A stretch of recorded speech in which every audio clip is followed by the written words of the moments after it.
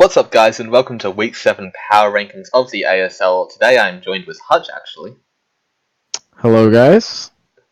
So let's just jump right into the picks. Number 14, we both have Ferret and the Philadelphia Flagons. Why don't you lead off discussion? All right, so pretty much have Farrah down here. I mean, it pretty much boils down to just his record.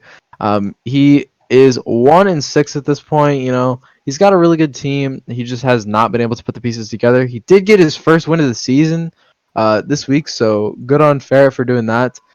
But it still just doesn't stack up to some of the other coaches. I mean, I know he's only like one game back from being in the 10 spot, but we'll have to see some more improvement down the line from Ferret. He does apparently know how to use Scarf Sylveon. We know that for sure. And we don't have enough evidence to actually move him up, but there is some hope for Ferret in the future. Yeah, for sure. Really solid prep coming out from him. Scarf Sylveon did really put in that work. So great stuff to get your first win. But of course, you got to look at the records, and the records just show that you aren't quite at the level of the coaches that are above you. But yeah, going on, we have difference of opinion here at number 13. I have Demaster, and you have Brett. You can once again lead off. All right, so yeah, I have Brett down here, pretty much below Demaster. If you guys did watch the match, Brett should probably be 3-4. If he did not click Trick onto Shadow's Nidoking, which was the only way that the Nidoking actually won. So Brett did say in chat that it was a misclick, but regardless, I just really can't justify putting you above Demaster when the master set himself up in a spot to win and legitimately couldn't win when you had the game won and you misclicked and kind of threw. Like, I don't want to be harsh, but it's just the way that things turned out. So, unlucky, unlucky for sure. And try and bounce back in the next week. And yeah. Yeah, I have Demaster number 13. I felt like he definitely did play the game pretty well versus Dave. Brought it fairly close in the end. But I didn't really think that he ever had the chance to win without haxing. I think that if your win con there is to hax by getting waterfall flinches or whatever, then you probably don't have the most solid game plan. Then again, it was against a much stronger opponent, so definitely solid. I could see him potentially moving up in the later weeks if he stayed around. But wait, was I supposed to say that? I probably wasn't, was I? But anyway, yeah, just felt like he was slightly weaker than Brett, who possibly could have won if he just didn't get that misclick. Misclicks suck. I almost did move him below just for that. It was very funny. But yeah, Brett realistically should have had the better record this week, so I didn't want to move him down below Demaster when he could have gotten the win if he just was able to have the technical dexterity to make the right move. All right, so going into why I put the master at number 12. I put him above Brett because, like I said, he put himself in a position to win, and it's just he didn't win. Sometimes you can't win, and that's okay. But he didn't throw the game away, and yeah, like you said, having hacks as a win con is not good, but it clearly works because this week showed that. And yeah, it's not good when you have to play from behind the entire time. The master did not really keep up momentum. It just boiled down to the fact that he had to sack a lot of mons early, and I believe it got to a point where Dave had like a 3-mon advantage on him, and Demaster brought it back a little bit with his Curum, but it was too little too late. And with the roster that Demaster has, it's really unfortunate that he's got a 2-5 record. Because going into the season, we expected a lot more. Week 1, we saw the win, we saw how good his roster was looking, and it's just unfortunate that Demaster has fallen this far. But I can't really justify putting him over anyone else when he played from the back foot pretty much from like turn 5. Yeah, definitely agree with you there. But at number 11, we have two coaches that we definitely both expected to perform a lot better this season, but are currently sitting at a 2-5 record, which is really surprising to both of us. I have Fish here, who has definitely been doing a pretty decent job of bringing it back overall. but he just isn't really getting that consistency down. He did lose to Malone this week, getting pretty much swept by a thunderous T, even though I felt like he had pretty good answers to it. I think his matchup was probably favored overall, but he just ended up getting destroyed by it pretty much, which is unfortunate to see. I think that his game was just a little bit weaker than AZ's, and his season overall has been a little bit weaker, which is why I decided to place him down at number 11. All right, so I have AZ at number 11. Like you said, it was very surprising seeing these two coaches sitting so far down on the standings. Since AZ did go 7-6, he was one game shy of making it to playoffs last season. And yeah, I really expected AZ would be coming strong into this season. He started out like 2-1, so he had a pretty good start. He has a really good team, but he has not been able to find footing since week 3 when he got his last win. And I think he's gonna find footing eventually, but it's just something that we really wouldn't expect. And like we said, he has a really good team. Like there's definitely a lot of issues with this team. Like he lacks a lot in speed. He has a very slow team, but it's still a very nice wall core. A lot of very good breakers. And who did he play this week? He played I Milan. can't. He played Milan. So, he lost to a really good coach, one of the better coaches, at least in this season. And, it's hard with those tough matchups, but if you want to be considered a playoff team, you got to start beating playoff teams. Yeah, that definitely makes sense. Number 10, I have AZ here, and you have Fish. I definitely agree with what you were saying about AZ. It is disappointing that he hasn't been able to find his footing just yet. But I think his wins overall have been a little bit more impressive than Vish's, but it definitely is really close call to make. Hopefully, like you said, AZ can find his footing, but right now it looks like these teams pretty much have negligible shots at making playoffs. That pretty much have to win out. So, he really needs to find that footing if he wants to be able to accomplish that. So hopefully he can manage to get a little bit more momentum. But as it stands, he is going to be at number 10 for me. Yep. So moving into having Vish at number 10, he won season 2. He was making his return for season 6. We were thinking, oh, he's got to be a playoff contender. And I honestly think that Vish has played like a playoff contender.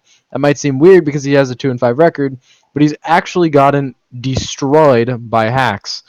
I know this week the only way he won, the only way he lost, the only way he got swept was because of hacks. I don't exactly remember, but I know I pointed out somewhere in weekly recap. Um, yeah, he. Otherwise, the Thunders would not have swept. He would have been 3-4, and I know there was at least one more game that he should have won, but hacks just beat him up. So I think Vish should be 4-3 at this point, but it's like hacks is a part of the game. It's one of the biggest parts of Mons, and you just have to find a way to play around it. So while I think Vish should be in a playoff spot right now, that's my opinion. You have to find a way to play around hacks, and his team is not bad by any means. So he's just got to find ways to play around the hacks, and I think he'll be fine. Yeah, for sure. Number 9, another team that's been a bit disappointing this season. We both have TJ, who's just really been slacking. He's probably had the hardest starting schedule, but once it gets into week 7, that's no longer really a valid excuse. We're just too far into the season to really worry too much about whose schedule's been harder and stuff like that. So even though he did win last season, his performance has been significantly less impressive. He is also 2-5, I believe. 3-4. 3-4. Okay, never mind. But yeah, he just hasn't really been performing up to scratch this season at all. His prep has been nowhere near as impressive. His play has been similarly lacking so far. He's gotten swept a lot by things he usually would not be swept by. So just a disappointing season for him overall. So I think the lowest spot out of the 3 and 4 teams is fair. But you can go ahead and explain why you have him here. Yeah, so I have TJ down at number 9, and there's 3 and 4 teams. You can see them all on your screen right now. Just comparatively, if we're looking at past seasons, Malone went 5-8 last season. He missed playoffs. Susie also went 5-8 last season. He missed playoffs. TJ won the entire league. Well, now he's sitting with 2 5-8 teams that were 5-8 last year. So comparatively, TJ's had a very, very bad season. Now that's not a knock on TJ. It's just what we saw from him last season just simply does not stack up to what we've seen this season. Like you said, he's had a hard schedule. I think I've had a harder schedule. He's had a hard schedule though, and TJ and I have similar records, but he, I don't know. I don't think his team has enough power.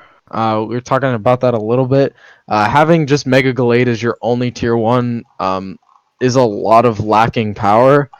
He does make some transactions eventually, so some of that might change. But yeah, just from what we'd expect from a previous champion, it's just not panned out well for TJ. Yeah, for sure. So at number 8 we have Malone, who's making a pretty decent run right now. 3-4 record is just a bit above his standard records that he would usually be getting. If this keeps up, he'll probably get about a 6-7 type of deal, which is really impressive to see. Hopefully he can keep this up. Really impressive play with the Thunderous T this week. Was really able to bring back what looked like it could have been a 6-0 into a really nice sweep in the end. But still making really questionable plays, setting up with Katana on team growth and stuff like that. Just obviously setting up worked out this time, but it feels like you're getting a bit setup heavy in general. Got to find those opportunities that'll be better to do it, and you'll probably start to see better records. But for now, 3-4 is definitely a nice improvement, so it's good to see you up here. Yeah, I definitely love to see Malone's runs every season. He's definitely having a better run right now, at least than he historically has. Normally he'll hit like 5 losses or whatever, and then he'll get a resurgence. But he's sticking with the pact that's right below the playoff race. He's 1 game out of the playoff race right now, so I'm always rooting for Malone to get that playoff spot, and we might see it this season. It's a very, very real possibility if Malone can keep pulling out these wins, keep using Thunderous Therian the way he is. But yeah, I don't justify putting him over Susie just because he shouldn't have won this week. Again, I don't remember what the hacks was, but it was something in there where Malone should not have gotten the sweep, but he did. So I do believe you it was remember a what it was? bunch of high rolls mostly, from what I don't think Fish it was was high saying. rolls. I think I it do was. remember he missed a gunk shot though. That I meant think it was the something like gunk that. shot miss. Was it onto a Slurpuff? No, he missed a gunk shot onto a Tangrowth. He missed gunk shot on Tangrowth. Just go back, rewatch the weekly recap, guys. That way you guys will know what we're talking about. I say it in there. I just don't fucking remember what I said. It was. I trust you that it was important. I rewatched it like twice while we were recording, and I just zoned out both times. So, regardless, Alright. we'll move on to number 7, where we both have Susie. You can lead off discussion for that. Yeah, so we got Susie here not at number 7, and this is pretty much where Susie rests for most of the season. We've never seen him actually make a playoff run, but again, that might change. I have a strong feeling that we're going to see a new person in the playoffs. That is assuming TJ doesn't get the 6th seed. So I don't know. It's about a 3-4 chance. We'll see. So Susie's sitting down here at number 7. He's got a great team. I really love the mold of his team. His offensive core is absolutely nuts, and he's been using it pretty well. Susie's probably should be 5-2. He choked a game against Brett, and he got hacked out of a game against Shadow. So he should have a much better record than he does, but the choke is 100% his fault. And hacks, it was late game hacks that actually screwed him over. So I think he should be 4-3, but I believe he lost this week. Does that Yes, he sound lost to right? TCP. Yeah, he lost to TCP, so it's like you're losing to the guy who's 7-0, so I can't really fault you, but you're not in a playoff spot and you have a losing record, so I'm going to put you below the winning records. So, Yeah, it's very fair. And it was quite a close game overall. Don't agree with a lot of the plays that he made and a lot of the decisions he made in prep generally. But in the end, he did bring it down to a 3-0, and potentially could have swept with Coco if he just got a little bit of a stronger move than Dazzling Gleam. I guess he was probably choice locked or something like that, which is why he went for the Gleam. But yeah, definitely disappointing to see him lose a close game. But he's been putting on a pretty solid performance overall, and like you said, he could have potentially had a better record if he just didn't make such stupid decisions. So yeah, hopefully we can maybe see him potentially move up a bit. But then again, I don't want to knock the person who's down in 6 from below their spot either, which we'll move on to now. Number 6, we have Shadow, who's surprisingly enough 4-3. Actually, I come to think of it, I believe this is what his record was last season at this point in the league as well. yes. So hopefully, Shadow, please don't have a repeat of last season where you turn a 4-3 record into a 4-9 record. No one wants to see that. Hopefully, we'll be able to see him maintain this record. He was able. Who did he play this week? He played. He played Brett, Brett. right? Yeah. He had no business winning that game. If we're being honest, which is why he is. But like, he is also the only 4-3 record, I believe. Nope. Or at least definitely the lowest 4-3 record. Yep. Yeah, I forgot that Hutch here is also 4-3. Shouldn't be, but I'm here. Yeah, should be 3-4. You're 3 right. and 4. Yeah. But yeah, Garbage. that was such a bad game. We'll get into that at the Stupid. next spot. But yeah, point is, Shadow's making a pretty good run of it. Hopefully, he can keep up this momentum and not bust her out in the last half of the season like he did last season. Yeah, so like you said, it's been pretty identical of the run that Shadow's made. I would say the big difference is we actually liked his team last time, and he did pretty good with it, and then started doing bad with it. And we hate his team this time, so maybe he'll do really good with it and continue to do very good with it. I'd be very happy to see that. It'd be nice to see Shadow get into the playoffs. He's got that winning record, so he controls his own destiny right now. If he wins out, he's definitely gonna make playoffs.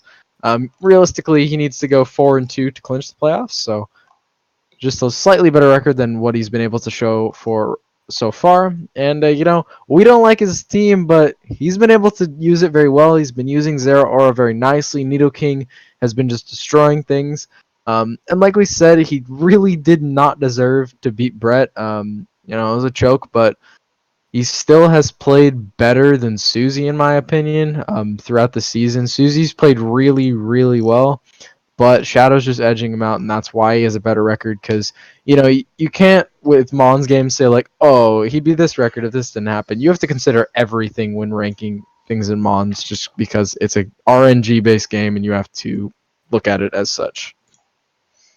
Speaking of RNG-based game, we have Jesus possibly Christ. the worst game of Pokemon ever played. In number 5 position.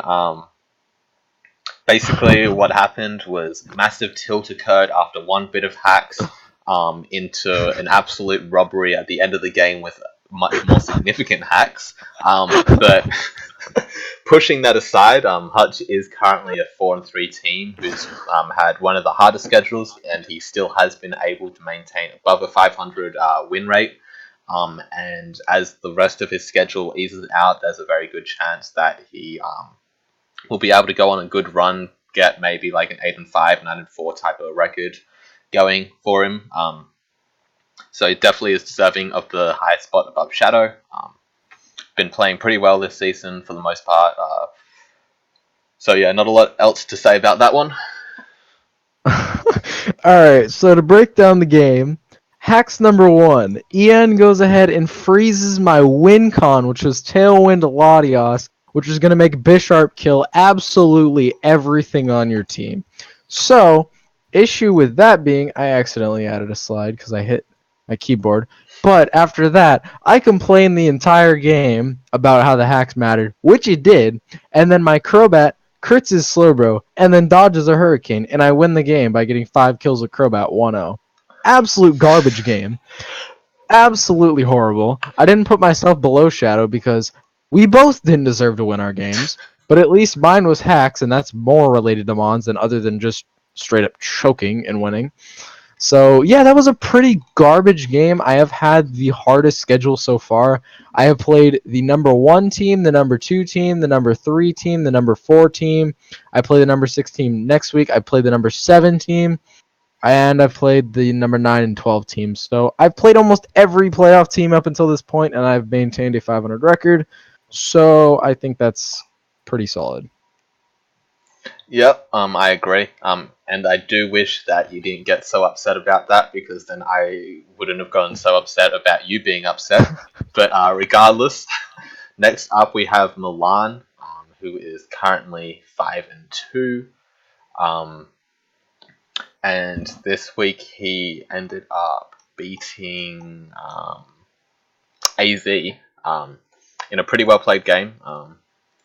He's definitely been putting in the work, and I'm glad that he hasn't had any more forfeit games going for him. That's been a pretty frustrating theme this season, but he's definitely been putting in the work in the games that he has been able to play, on a nice little win streak here, which is good to see. And I'm sure he'll be able to keep this up, and is one of the 4 super secure playoff teams.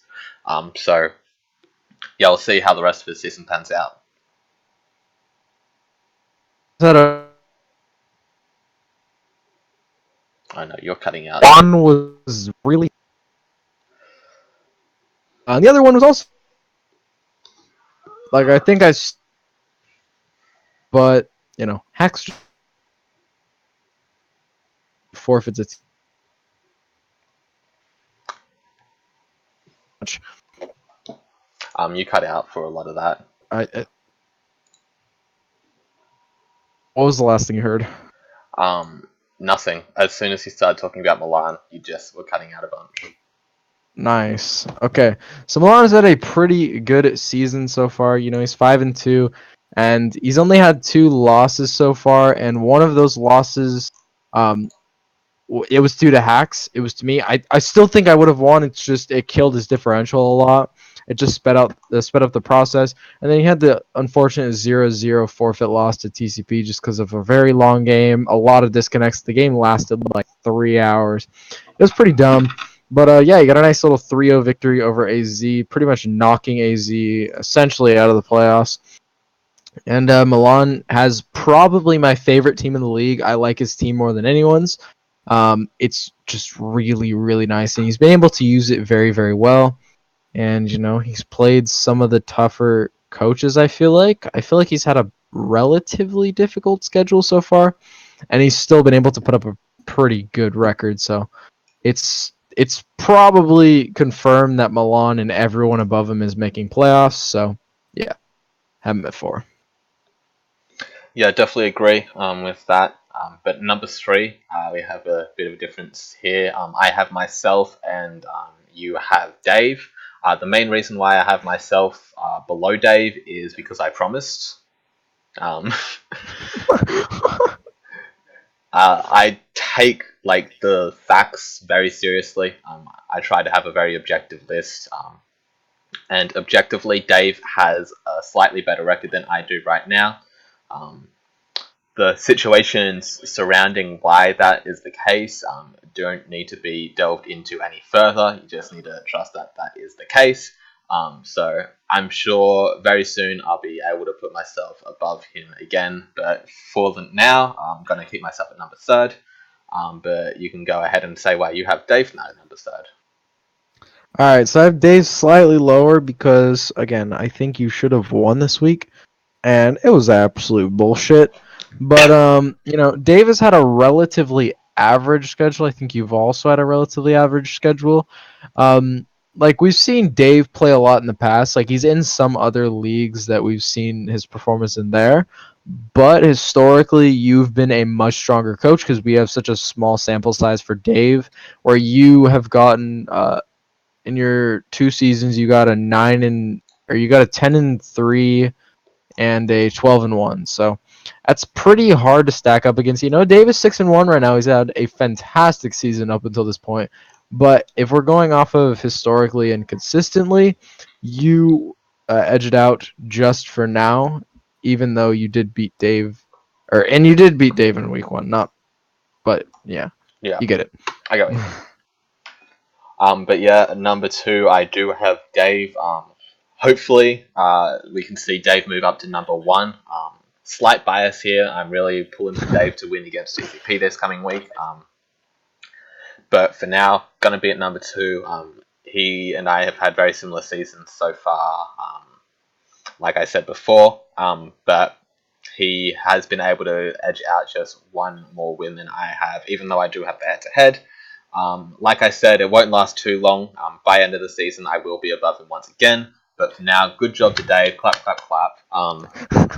You get to be in the buy zone, which actually historically is not where you want to be. But No, everyone you who don't want to be here. everyone who's been watching the ASL for a while knows that all the buy teams just bust her out every time. Yep. But regardless, you can go ahead and talk about me now. Yeah, going into that, of the 5 seasons that we've had of ASL where we've held playoffs, only 3 bye teams have made it have made it to the championship. So 3 out of 10, those are not good odds. But anyways, I have you above Dave here because I pretty much gave reasoning when I was talking about it on Dave's spot. You've just been historically the stronger coach, and again, we don't have a big sample size of Dave, but after we see his play against TCP.